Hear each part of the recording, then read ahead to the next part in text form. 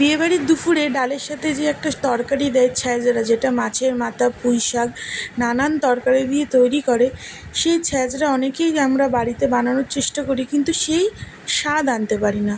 তো আজকে আমার এই রেসিপিটা দেখলে জানতে পারবে। তো প্রথমেই তেল গরম করে সেটার মধ্যে মাছের মাথাগুলো ভেজে সেই তেলের মধ্যেই পাঁচফোড়ন আর শুকনো লঙ্কা ফোড়ন দিয়ে কুচনো পেঁয়াজ দিয়ে আর কিছু কাঁচা লঙ্কা দিয়ে ভালো করে লাল লাল করে ভেজে নেব। এবার পেঁয়াজ ভাজা হয়ে গেলে আমি তার মধ্যে আদা রসুন বাটা দিয়ে দেবো। হ্যাঁ, ঠিকই শুনেছো, আদা রসুন বাটা। আদা রসুন বাটা দিলে বিয়েবাড়ির সেই গন্ধ, সেই স্বাদ আসতে বাধ্য। তো সেই আদা রসুন বাটাটাকে আমি ভালো করে ভাজবো যতক্ষণ না তার কাঁচা গন্ধটা চলে যায়, এবং ভালো করে ভেজে নিতে হবে। ভালো করে ভেজে নেওয়ার পর আমি কিছু সবজি এর মধ্যে দিয়ে দেবো। আমার ঘরে যেগুলো অ্যাভেলেবেল ছিল আলু আর বেগুন, মাকড়া বেগুন নিয়েছি। আর এখানে দু রকমের কুমড়ো আছে, এটা হচ্ছে কাঁচা কুমড়ো আর এটা হচ্ছে মিষ্টি কুমড়ো, তার জন্য আর চিনি দিতে হবে না। আর এখানে ডাঁটাটা রয়েছে পুঁই শাকের, সেটা আমি দিয়ে দেবো। আর হ্যাঁ, তোমরা মাথায় রাখবে, লাল ডাঁটাওয়ালা পুঁই শাক দিয়েই এইটা রান্নাটা করবে, তাহলে এটার টেস্ট খুব ভালো হয়। এবার সব সবজি দিয়ে আমি ভালো করে নাড়বো এবং পুরো মশলাটাকে আমি সবজির গায়ে লাগিয়ে ঢাকা দিয়ে রেখে দেবো আধ ঘন্টা।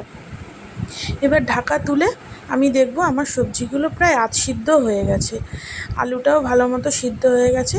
সেই মুহূর্তে আমি দিয়ে দেবো 2 চামচ হলুদ, কারণ এখানে অনেক সবজি রয়েছে, তাই 2 চামচ হলুদ দিয়ে দিয়েছি। হলুদ দিয়ে আরও কিছুক্ষণ ভাজবো সবজিগুলোকে। ভালো করে ভাজা ভাজা হয়ে গেলে দিয়ে দেবো হচ্ছে জিরের গুঁড়ো। হ্যাঁ, একটু জিরের গুঁড়োও দিতে হবে, আর দিয়ে দেবো একটু লঙ্কার গুঁড়ো, তাতে কালারটা ভালো আসবে। এবার মশলাগুলো দিয়ে ভালো করে কষতে হবে।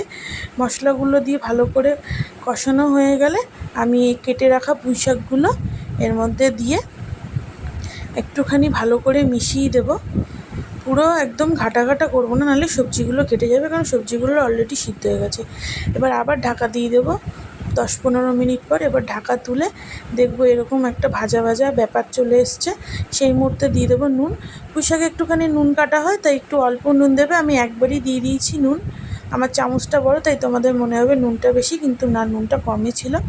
এবার দেখছো আমার এখানে সবজিগুলো ভাজা ভাজা হয়ে গেছে এবং তেল ছেড়ে গেছে। সেই মুহূর্তে আমি মাছের মাথাগুলোকে একটু হামনদিস্তায় গুঁড়ো করে একদম ভেঙে ভেঙে দিয়ে একটু জল দিয়ে রেখে দেবো। তো জলটা পুরো টেনে গেছে এবং মাখা মাখা হয়ে গেছে বিয়েবাড়ির মতো। তো সেই মুহূর্তে আমি একটা স্পেশাল দেবো, সেটা হচ্ছে গরম মশলা।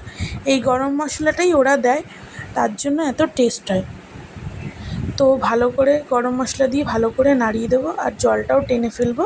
তো তৈরি হয়ে গেল বিয়েবাড়ির ছ্যাঁচড়া। তোমরাও বাড়িতে তৈরি করো।